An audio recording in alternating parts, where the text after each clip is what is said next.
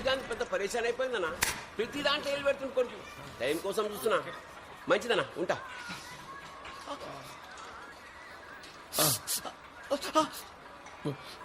Sir sir జాగ్రత్తగా.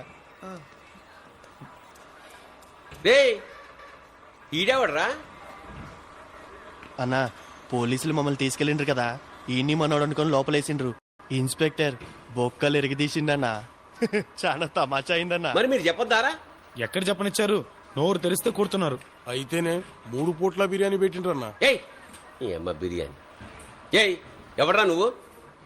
ఈడన్నా కొంతకే operation. ఆ? Station లో అడుక్కుంటున్నాడన్నా. ఏయ్ ఊకోయా, ఎవడో ఎందుకు తెలియకుండా చుట్టుపోయాడు. ఏయ్ పోరా, మళ్ళా ఇటు దిక్కు రావద్దు.